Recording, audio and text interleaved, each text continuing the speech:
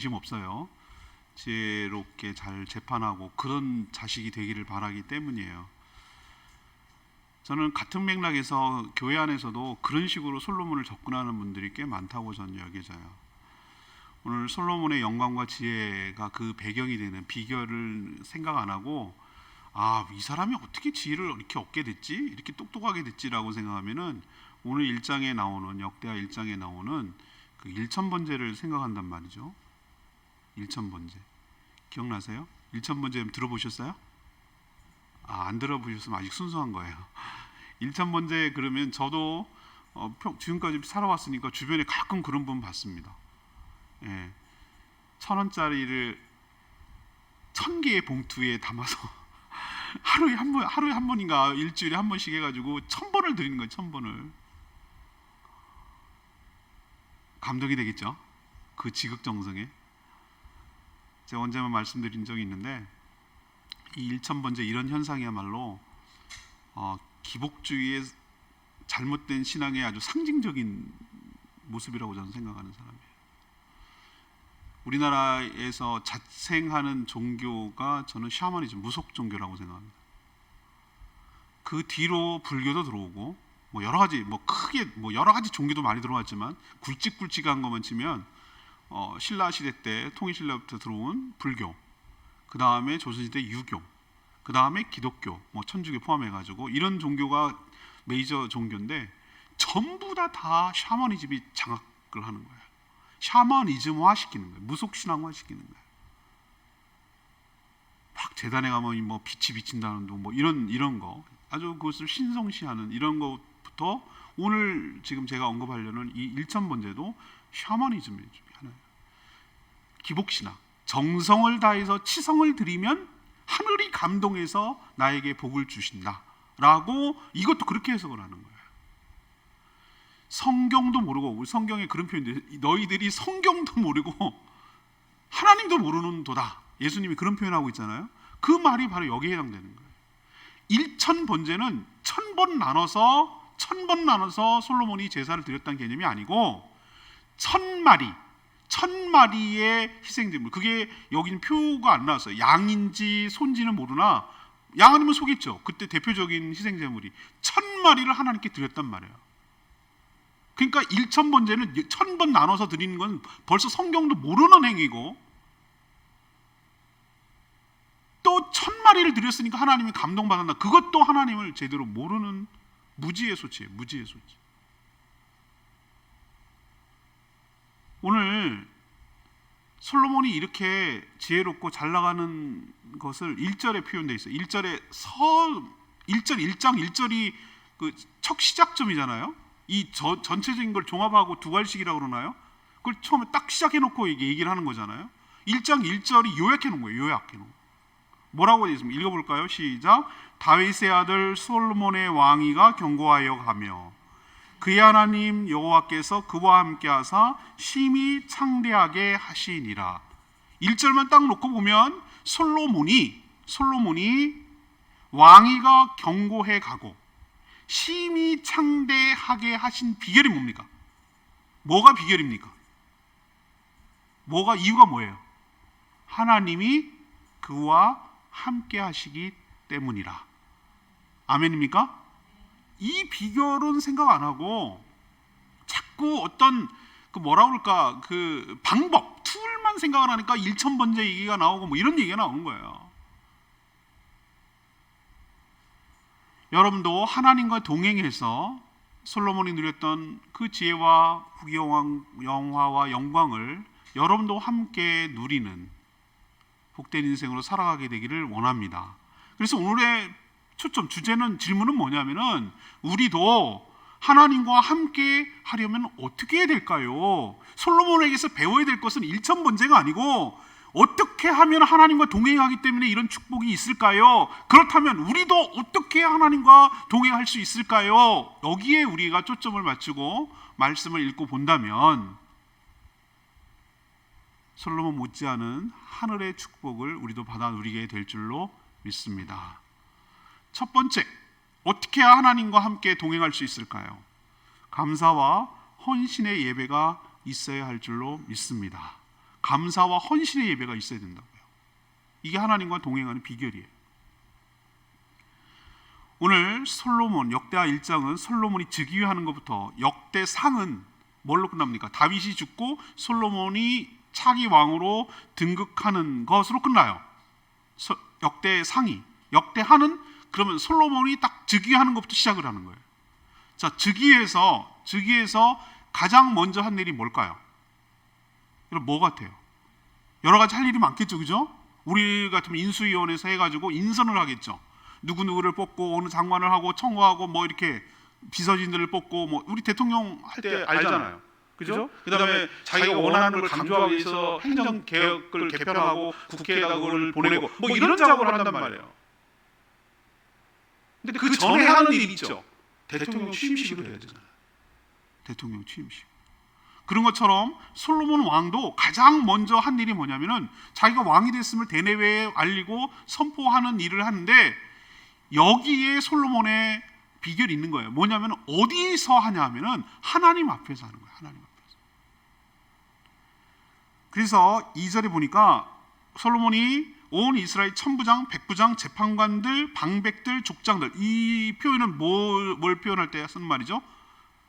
나라의 지도자들, 각 지도자들, 이끌어가는 백성의 지도자들을 다 소집했어요. 그러면 지도자들만 손증했는가? 아니요. 3절에 온 회중과 함께라고 그랬어요. 온 회중이라고 말하는 그 회중은 백성들을 말하는 거예요.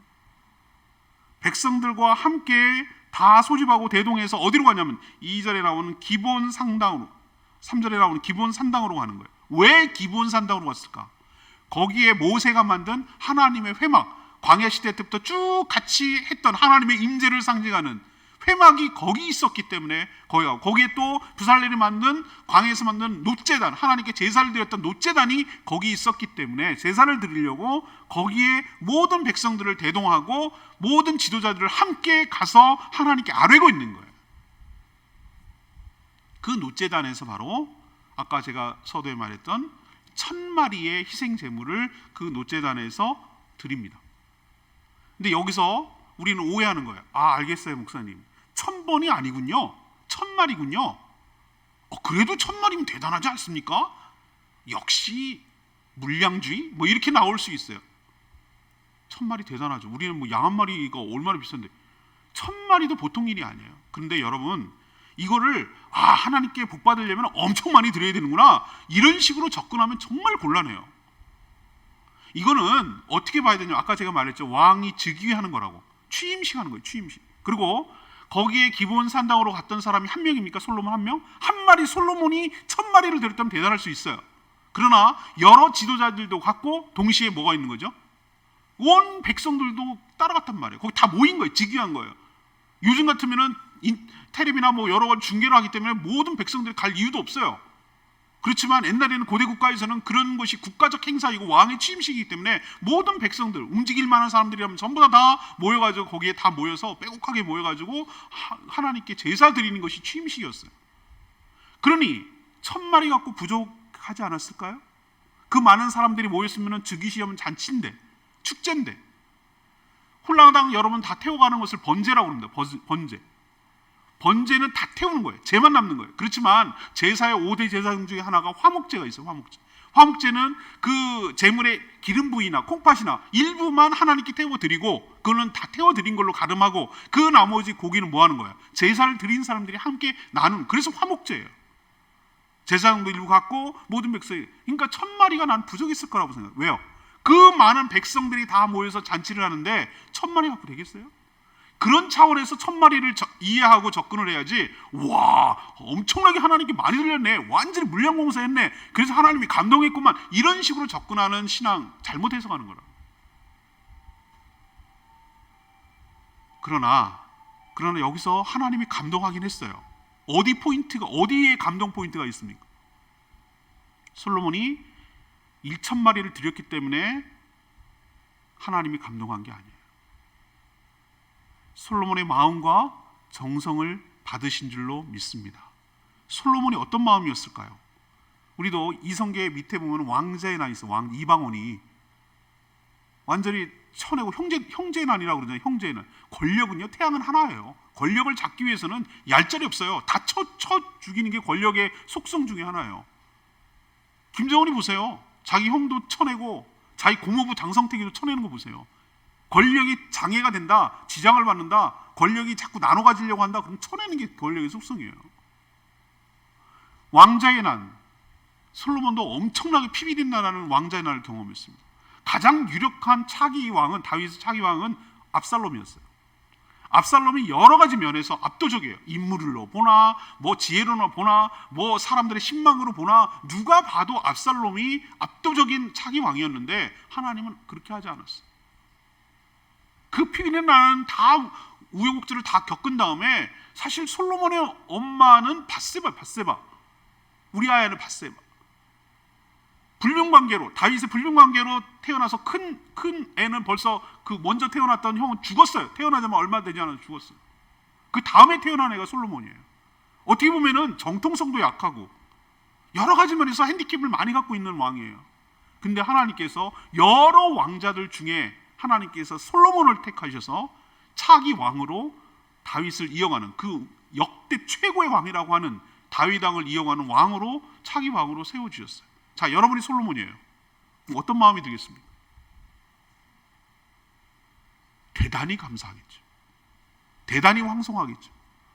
나 같은 사람을, 여러 가지 핸디캡도 많고 부족하고 여러 가지 어려움을 많은 나를 하나님께서 다 쳐내시고 자기를 그 훌륭한 다윗 왕을 이어서 이 나라를 이끌어가는 왕으로 삼아주셨으니 너무 그 은혜가 진심으로 감사한 거예요. 진심으로 감사한 거예요. 여러분도 하나님의 은혜가 진심으로 감사하면 자신의 모든 것을 드리고 싶은 마음이 이 윗바닥에서부터 올라오게 될 줄로 믿습니다. 그 1000마리의 제물은 그 솔로몬의 감사의 마음이 거기에 녹아 들어가서, 거기 담겨져서 들어갔기 때문에 하나님이 기뻐 받으신 것이지, 1000마리라는 숫자에 하나님이 감동하신 것이 아니라 하나님의 은혜에 진심으로 감사하는 다윗의 그 감사하는 마음에 감동을 받으신 줄로 믿습니다. 우리도 여기에 포인트를 둬야 돼요. 또 하나님께서 감동하신 포인트 두 번째가 있어요. 그건 뭐냐? 혼자 가서 예배 드릴 수도 있어요. 그러나 그렇지 않았어요. 이 나라를 첫 번째 하는 일을 보면은 이 나라를 어떻게 이끌어갈지 국정의 좌표로 삼는 것인데, 모든 이스라엘의 지도자들을 다 데려갔어요. 다 데려갔어요. 특히 온 백성도 있지만 지도자를 꼭꼭 꼽잖아요. 백부장, 천부장, 뭐 방백들, 족장들 데려가잖아요. 모두 데려가서 다 대동해서 제일 먼저 하는 일이 뭡니까? 하나님께 뭐 하는 거예요? 제사 드리는 거예요. 이건 뭘 의미하는 줄 아세요? 나는 이 나라를 다스릴 때 하나님을 가장 공경하고 하나님의 뜻에 부합하도록 하고 하나님의 명령에 순종하도록 합니다. 여러분도 거기에 같이 동참하며 동의하며 함께 해주실 것을 부탁합니다. 그렇게 할 겁니다라고 하는 모든 백성들의 동의를 이끌어내고, 이건 나 혼자 하나님께 충성하고 헌신하겠다는 것이 아니라 모든 이스라엘 백성들이 하나님께 충성하고 하나님께 헌신하겠다는 다짐의 의미로 모든 백성들이 가서 제사를 드린 줄로 믿습니다. 이렇게 한 이유는 이 나라가 잘 되기 위해서는, 내가 바르게 통치하기 위해서는 하나님께서 나에게 복을 주시고 하나님께서 나에게 은혜를 주시고 하나님이 나와 함께 하셔야 이것을 가능하다고 믿기 때문에, 하나님께 내가 왕이 됐음을 감사하고 아뢰고 하나님께 온전히 충성하고 헌신하겠다는 다짐으로 온전히 제사를 드리고 예배를 드렸기 때문에 하나님이 감동하시고 하나님께서 은혜를 베풀어 주신 줄로 믿습니다. 1000마리, 여러분 제사 한 마리의 양을 제사 드리기 위해서 얼마나 번거로운 과정이 여러분 있어야 되는 줄 아십니까? 제사장 그걸 검수해야 돼요. 검수란 뭐냐? 영양사들이 재료 들어오면 이거 제대로 됐나, 썩었나, 분명히 왔나, 싱싱한가, 뭐 이런 거 다 봅니다. 상태를. 그리고 퇴짜 맞을 수도 있어요. 이건 내가 원하던가 오던가 아니라고 볼 수 있어요. 그런 것처럼 양 한 마리 한 마리마다 검수 과정을 거쳐요. 흠이 없어야 되고 자격이 돼야 돼요. 그러니까 어디 흠이 있으면 안 돼요. 결격 사유가 되면 안 돼요. 질병에 걸렸거나 어디가 뭐 다쳤거나 뭐 이러면 안 돼요. 그런 것을 일일이 1000마리씩 골라내야 된단 말이에요. 그리고 즉위식을 하는데 뭐 허접한 거 했겠어요? 가장 좋은 양들을 골랐을 거라고. 그 양 한 마리 잡는 과정이 얼마나 힘든 줄 아십니까, 여러분들? 그 과정을 다 일일이 설명하는 걸 영상으로 봤는데 보통 힘든 게 아니에요. 보통 힘든 게 아니에요. 그것을 일일이 1000마리를 오랜 시간을 거쳐서 그렇게 했다는 얘기는 하나님을 향한 헌신과 정성이 없으면은 이건 불가능한 얘기예요. 오랜 시간이 걸리고 오랜 정성이 들어가야 되고 거기에 헌신이 담겨 있어야 되는 것이에요. 사랑하는 여러분, 저는 저와 여러분이, 우리 교회가 솔로몬처럼 이런 예배를 드리는 교회가 되기를 원합니다. 그래서 우리 교회 성도들 모두 한 사람 한 사람이 하나님의 은혜로 하나님과 동행하는 축복이 여러분에게 임하게 되기를 원합니다. 그러면 어떻게 되느냐를 여러분 첫 번째 잘 생각하셔야 돼요. 하나님을 향한 감사의 마음이 예배 가운데 있어야 될 줄로 믿습니다. 하나님을 향한 헌신의 마음이 예배 가운데 녹아나야 될 줄로 믿습니다. 그것이 포함된 진정으로 드리는 예배를 하나님께 올려드릴 때 하나님이 기뻐 받으시고 하나님 우리와 함께 하시며 하나님과 동행하시는 축복이 우리 가운데도 있게 될 줄로 믿습니다. 두 번째, 그러면 하나님 우리와 함께 하시려면 어떻게 해야 되는가? 주의 뜻에 합한 기도가 있어야 된다. 주의 뜻에 합한 기도를 드려야 된다. 하나님께서 이렇게 드린 이 제사를 하나님이 받으시고 흡족하게 연락하셨다라는 증거가 무엇이죠? 7절에 보면 그날 밤이라고 표현하고 있어요. 보이시나요? 7절에 그날 밤. 그날이라는 어느 날입니까? 솔로몬이 모든 지도자와 백성들과 함께 기브온 산당에 가서 1000마리로 제사를 드린 그날. 이 타이밍이 왜 중요하죠? 거기에 대한 응답이라는 것을 알 수 있어요. 하나님의 거기에 대한 반응이라는 걸 알 수 있어요. 그날 밤이라고 해준 이유는 거기에 솔로몬의 그런 마음과 정성을 드린 예배에 대한 하나님의 반응이라는 걸 알 수 있어요. 응답이라는 걸 알 수 있어요. 그래서 그 시점이 중요한 거예요. 그날 밤 하나님께서 솔로몬에게 꿈으로 나타나서 그에게 물어요. 내가 내게 무엇을 주랴? 너는 구하라. 하나님께서 솔로몬에게 이렇게 얘기하세요. 이건 하나님의 본심입니다. 정말로 하나님이 이렇게 예배를 드린 솔로몬에게 정말 마음이 흡족하셔서 기뻐우셔서 뭐라도 해주고 싶은 마음이 그 가운데 있는 줄 압니다. 우리도 가끔 보면 사극에서 보면은 왕들이 너무 공주가 이뻐서 나라의 반이라도 너에게 주다 이런 얘기 하잖아요. 그리고 헤로드 왕이 그 헤로디아에게 뭐라고 합니까? 나라의 반이라도 너에게 주겠다. 뭐 이러잖아. 이쁜 짓 하면 하나님이 그랬던 것 같아요. 하나님 마음에 딱 맞았던 것 같아요. 하나님이 너무 흡족해 하셨던 것 같아요. 내 소원이 무엇이냐? 내가 무엇을 해주길 원하냐? 구하라. 이렇게 하나님께서 얘기한 적이 누구에게 있었던가요? 솔로몬에게 있는 거예요. 근데 여러분 하나 기억해야 될 게 있어요. 이거는 소원을 알려달라는 질문이기도 하지만 동시에 하나님의 테스팅이에요. 솔로몬의 마음을 보려고 하는 거예요. 솔로몬의 마음을 보려고 하는 거예요. 여러분들 우리가 정말로 지혜로운 자라면 그 하나 너머의 두 개를 볼 수 있어요. 하나님께서 우리에게 테스팅하는 것에서 여기서 저는 1억만 주세요 이렇게 하는 수준을 로우 레벨 수준이 낮은 거예요. 요걸 계기로 하나 더 뛰어나는 것을 얘기할 수 있어야 하나님의 테스팅이 통과돼야 더 큰 축복이 여러분에게 있게 될 줄로 믿습니다. 김만덕이라는 사람이 있어요. 제주도에. 제가 항상 데려가서 이렇게 인수를 할 때 거기 설명해줘요. 김만덕 나라를 구했나 뭐 이런 표현을 하고 있는데 그분이 나라를 구한 거죠. 정조 때 김만덕이가 이분은 영조 때 사람이에요. 그런데 원래는 양반이었는데 망해가지고 기생집에 들어가서 배우고 정조 때 이 제주 땅에 1794년부터 한 4년 동안 기근이 심했어요. 기근이 제주도에. 보세요. 기근이 왜 4년 동안 연속되냐면은 가뭄이 들면 씨앗을 거둘 수가 없어. 내년에 심을 게 없어요. 그래서 연속적으로 어려움이 생기는 거예요. 뭐 땅을 옛날에 파는 것도 어렵고 여기는 땅 팔 수가 없어. 제주도 와서 보니까 물이 없으면 진짜 큰일 날 판이야. 여기는 4년 동안 기근이 있어 굶어 죽게.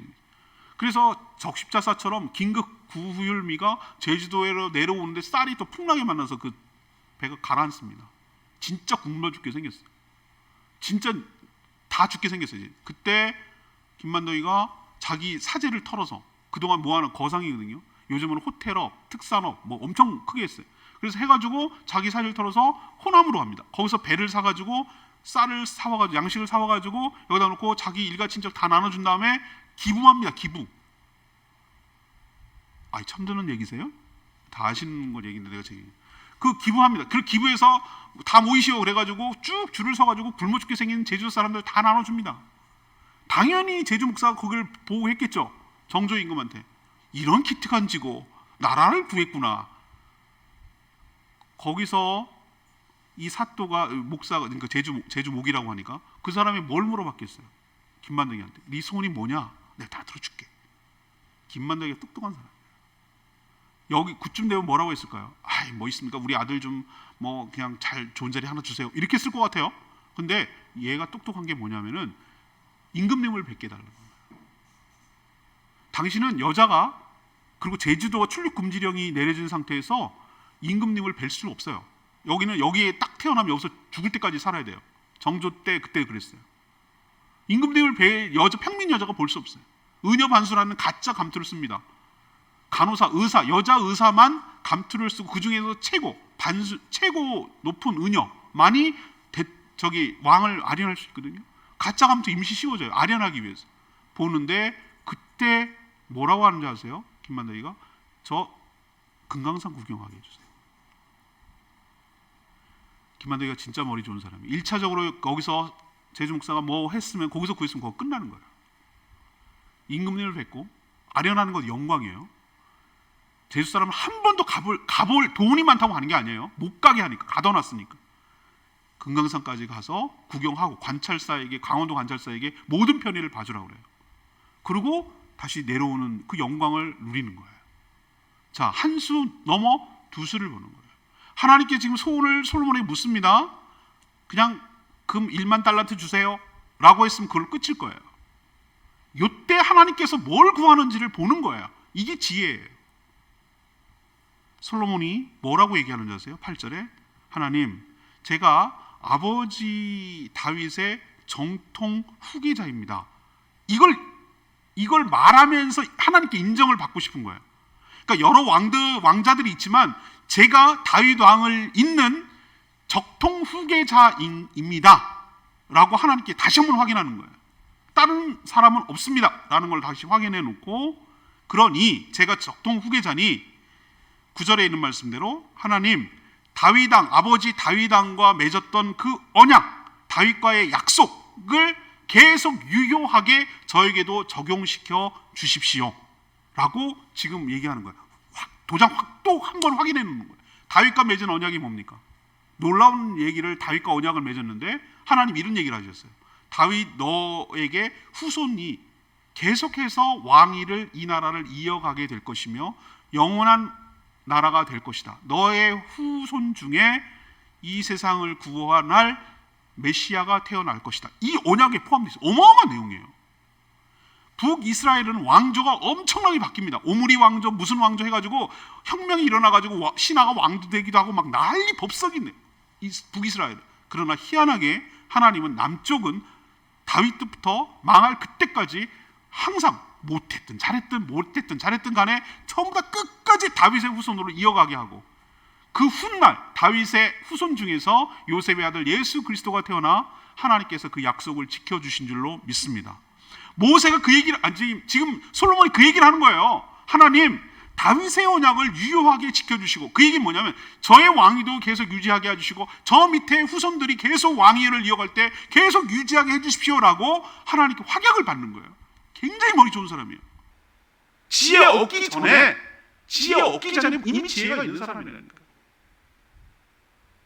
그리고 뭐라고 하냐면 결정적으로 이런 말을 합니다. 하나님 이제 저에게 지혜와 지식을 주셔서 이 백성들 앞에 출입이라는 얘기는 이 백성들을 잘 출입이라는 게 드러나고 나가고 하는 얘기가 아니라 이거는 그냥 관용구예요. 관용구. 잘 다스리게 해주십시오.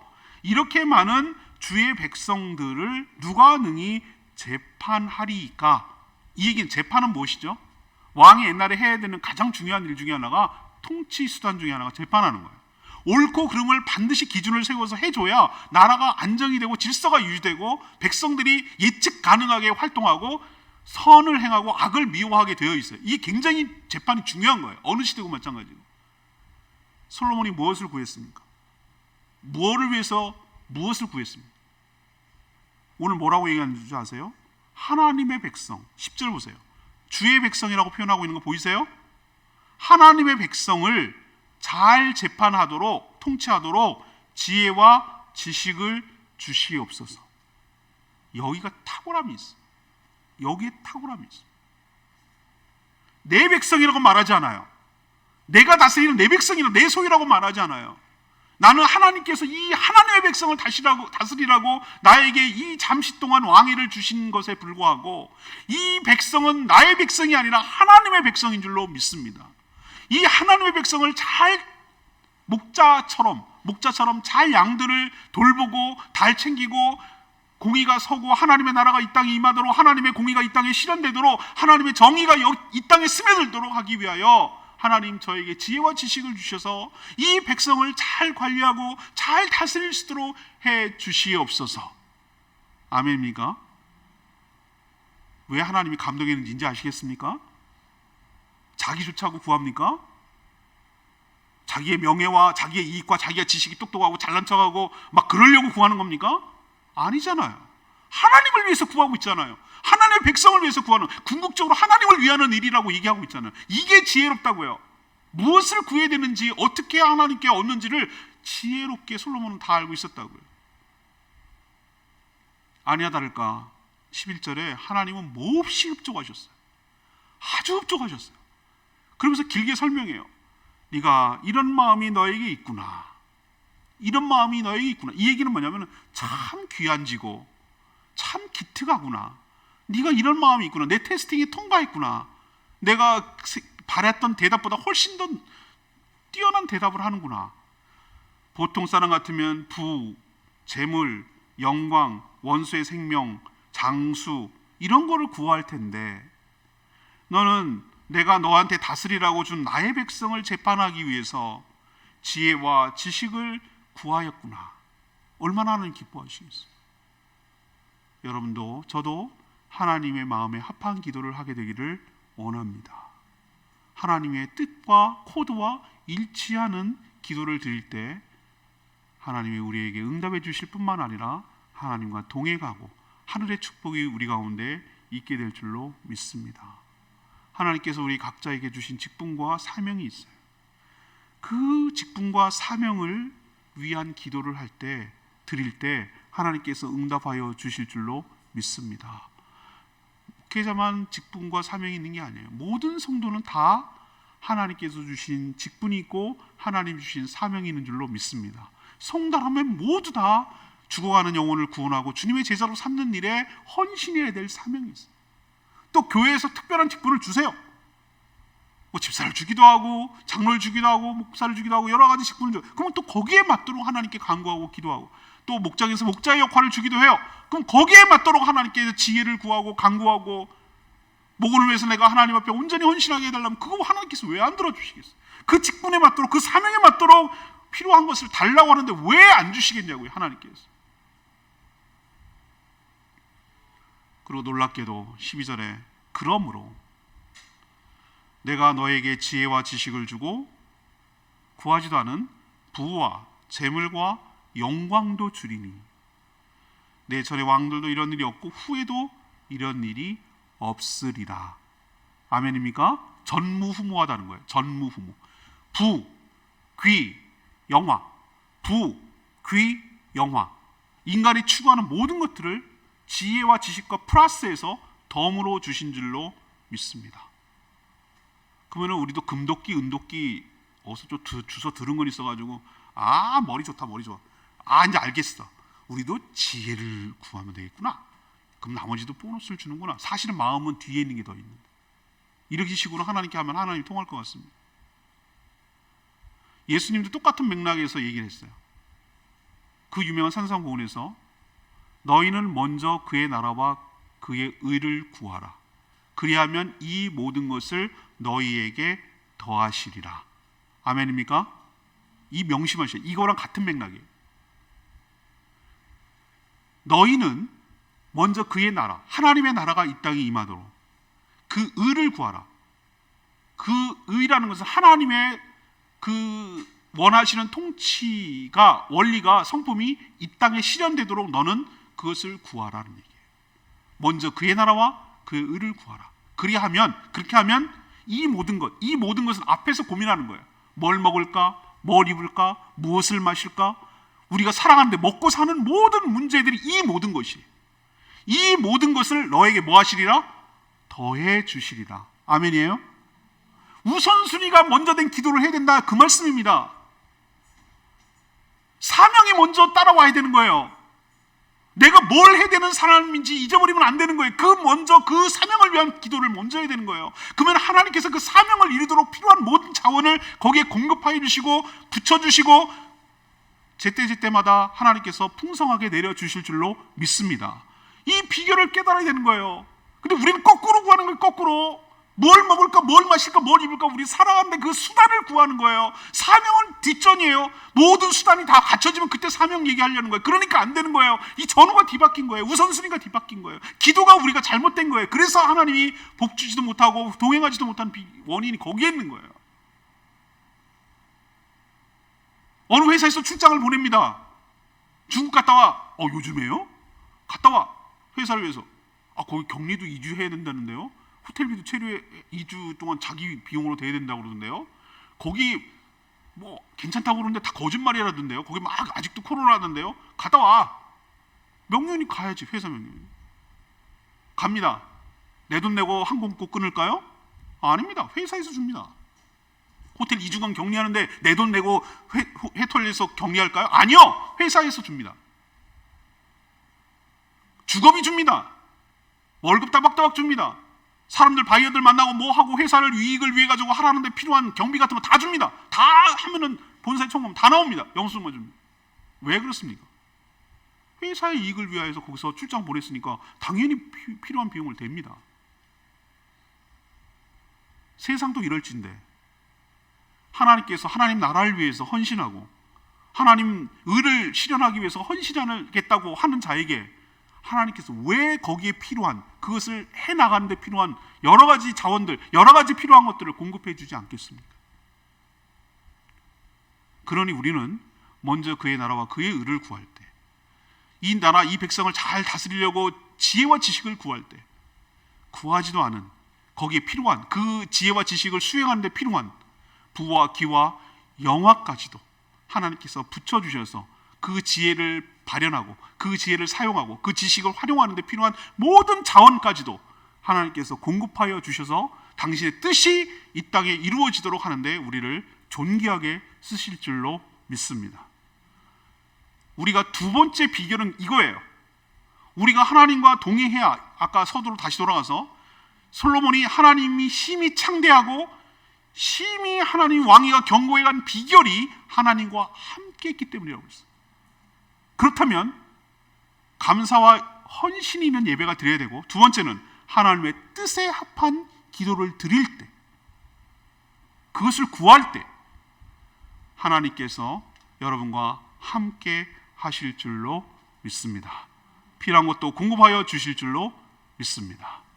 마지막 세 번째는요, 어떻게 하나님과 함께 동행하는가?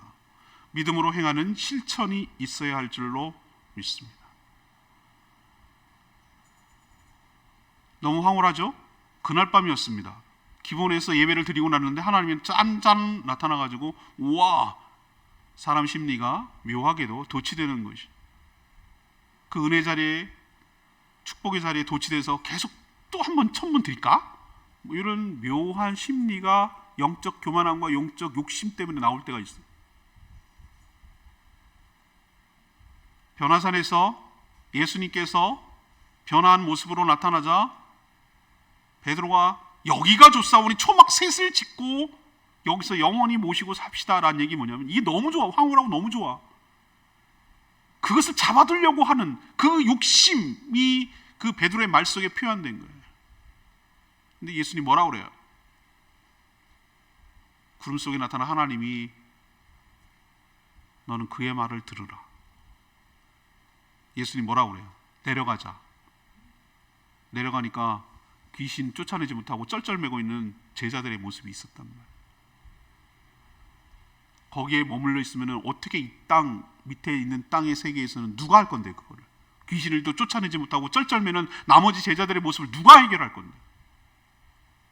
여러분이 기억해야 될 것은 은혜의 자리, 소위 잘못된 은혜의 자리죠. 저는 그 은혜의 자리만 고수하고 거기만 도취되어서 살아가는, 분명히 땅을 두 다리는 이 땅에 디디고 하늘을 눈은 쳐다봐야 되는 게 이 땅의 밸런스 갖춘 건강한 신앙인의 모습이에요. 그런데 균형이 깨져가지고 땅만 쳐다보고 다니는 사람도 문제, 붕붕 구름에 떠가지고 하늘만 쳐다보고 살아가는 사람도 문제. 이 두 가지가 잘 갖춰져야 된단 말이에요. 땅을 굳건히 디디고 하늘을 보면서 하늘의 뜻을 캐치해서 하늘의 뜻이 이 땅에 실현되도록 그 쓰임받는 그 지혜로운 청지기의 모습이 우리 가운데 있어야 될 줄로 믿습니다. 솔로몬이 이렇게 은혜를 드리고 은혜로운 예배를 드리고 하나님의 응답을 받고 그랬으면 그 안에 머물러 있지 않아요. 어디로 가는가? 삶의 현장으로 가는 거예요. 내가 가야 될 일의 현장, 사역의 현장으로 가는 거예요. 예배의 자리는 삶의 현장으로 옮겨가고 예배와 삶이 같이 이어지도록 해야 될 줄로 믿습니다. 이게 바로 우리가 예배 드리는 모습이고, 이게 바로 하나님께 응답받은 성도의 태도이고 모습이어야 된다는 거예요. 솔로몬은 13절에 보니까 그런 예배를 드리고 기도 응답을 받은 다음에 기브온 산당 회막 앞에서부터 하나님의 존재하고 하나님의 응답받은 그 자리에서부터 머물러 있지 않냐고 예루살렘으로 돌아와서 이스라엘을 다스렸더라. 아멘입니까? 이게 바로 신앙인의 모습이 된다는 거예요. 이게 바로 하나님과 동행하는 모습이에요. 예루살렘에 복귀해서 통치했어요. 마음대로 했습니까? 아니요. 하나님이 주신 지혜대로, 하나님이 주신 지혜를 가지고 활용했단 말이에요.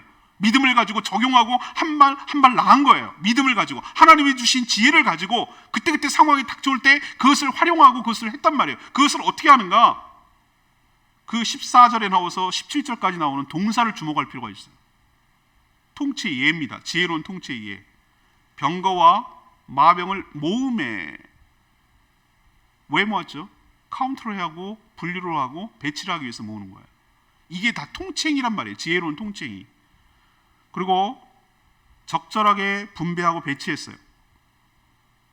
병거가 1,400, 마병이 12,000명인데 병거성에도 두고, 병거성이라는 것은 주둔지예요. 군대, 군영, 진영지. 예루살렘 왕, 이거는 친히 호위돼요. 왕을, 예루살렘 수도를 보호하기 위해서, 우리로 치면 방위 사령부예요. 병거성에도 두고 적절하게 얼마의 분배를 해서 어디에다가 둬야 되는지가, 여러분 이걸 쭉 읽으면 그런가 보다 이렇게 생각하지만 저는 어디로 연결을 시켰냐면은 하나님께서 솔로몬에게 지혜를 주셨는데 그 지혜가 어떻게 발현되는가, 어떻게 적용되는지를 보려는 거예요. 이런 지혜도 없는 사람은 그냥 아무 생각 없어요. 그냥 모아놓든지 아니면 분류도 못하든지 한 곳에 모아놓든지 이렇게 하지 않아요. 적절하게 분배하고 배분하고 통제하고 통계내고, 이런 모든 것들이 하나님이 주신 지혜의 모습이라 이거예요. 통치 모습. 그리고 또는 16절에 보면 도매로 사들입니다. 호스. 애굽에서 그리고 구해에서 때로 무역상들이, 왕의 무역상들이라는 이거는 공사를 말하는 공사. 개인 기업이 아니라 왕의 자금을 가지고 움직여 나가는 국가적인 상업을 하는 걸 말해요. 왕의 무역상들이 때로 값을 정하여 산 것. 이 얘기 뭐죠? 때로 값을 정하였다는 얘기 뭡니까? 우리로 치면 도매상. 밭대기 아시죠? 귤도 밭대기 하고 있어요. 근데 밭대기를 하는 것은 거금이 들어가기 때문에 엄청난 리스크가 작용하는 거예요. 만약에 제대로 안 됐으면은 그걸 밭대기로 미리 선수금을 준 사람은 엄청 손해예요. 그러나 그것을 커버할 만큼의 자력이 있어야, 재력이 있어야 되고, 그것을 소화할 수 있는, 유통할 수 있는 재력이 있어야 되는 사람만 그걸 덤빌 수 있어요. 그러나 제대로만 걸리면 엄청난, 조금 소규모로 하는 것보다 엄청난 부를 취할 수가 있어요. 왜? 밭대기로 사고 도매금으로 사다가 그것을 엄청나게 거기다 붙여가지고 팔면 그 소매로 하는 것보다 값으로 따질 수 없을 만큼 엄청난 부가가치가 생기기 때문에 때로 말들을 샀어요. 그대로 팔지 않아요. 일단 자기도 필요하니까 17절에 한 대에 600세겔, 말은 150세겔. 병거는 전차예요, 전차. 군대에서 군사를 할 때 이렇게 값을 얘기했다는 얘기는 자기가 여기 붙였다는 얘기예요. 여기다 부가가치를 했다는 얘기예요. 때로 할 때는 돈 얘기 안 하잖아요. 한 마리 할 때는 값을 얘기하잖아요. 그러고 나서 누구한테 파냐면 그 위에 있는 햇사람 모든 왕들, 해족속, 그 다음 아람 왕들, 오른쪽 동편에 있는 아람 왕들에게 그들을 위하여 뭐 했다? 손으로 되팔기도 했다. 이게 무역상 아닙니까? 이게 장사하는 원리 아니에요?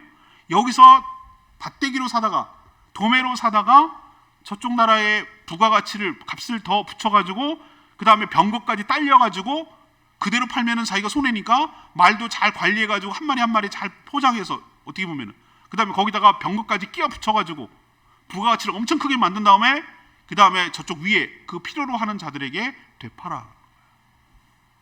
머리 좋은 사람입니까? 아닙니까? 지혜로운 사람이에요.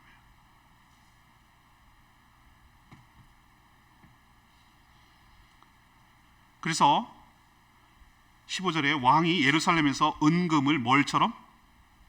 돌같이 흔하게. 백향목은 최고급 자재입니다.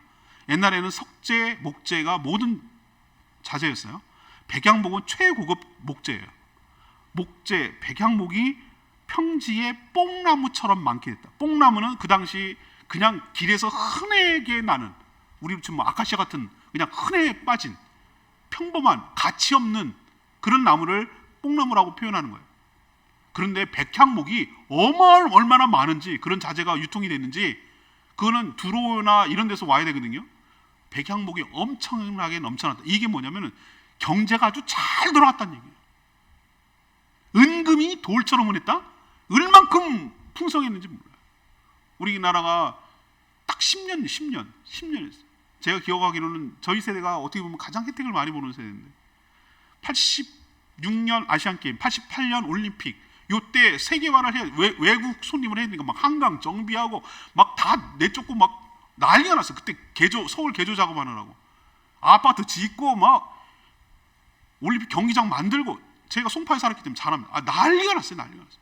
국가를 왜도 손님이 와야 되니까 우리나라가 그때 도약을 시키려고 정권 입장에서 그걸 잘 치러내므로 해서 정권의 그 정당성을 부여받아야 되고, 또 그러다 보니 외부인 손님 와서 야 여기는 군사 독재로 처음엔 됐더니만 잘 돌아가는 나라네, 이런 이미지를 줘야 되니까 그때를 기점인 것 같아요. 세계화를 시키는 거예요. 그때부터 10년간 IMF 딱 터질 때 동안 엄청났습니다. 그때 막 엄청나게 막 은행 이자 높아가고 그냥 은행에 넣으면 나오고 이런 시대였어요. IMF 딱 터지고 나니까 그때 와르르 무너지는 거예요. 왜? 세계화에 맞추지 못해가지고, 흐름을 이해하지 못해가지고 그때 또부터 꺾어지는 거예요. 근데 그 한 10년 사이 우리나라가 엄청났어요. 경제 속도가, 성장률이 두 자릿수예요. 두 자리. 지금 한 자리도 마이너스 안 되면 다행이라고 생각해요. 두 자리로 넘어갔어요. 얼마나 그때 생각이 납니다. 말하면 뭐 하겠어. 우리 집도 백화점을 갔으니. 집사람이 그때 가끔 해요. 그때는 애들 사러 백화점도 갔었는데 이러더라고요. 그때는 그랬어요. 그러나 지금은 택도 없죠. 솔로몬이 그때 다스렸을 때 은금이 돌처럼 흔했다. 이 얘기는 경제가 아주 잘 돌아가게 만들었다. 근데 그 비결은 뭡니까?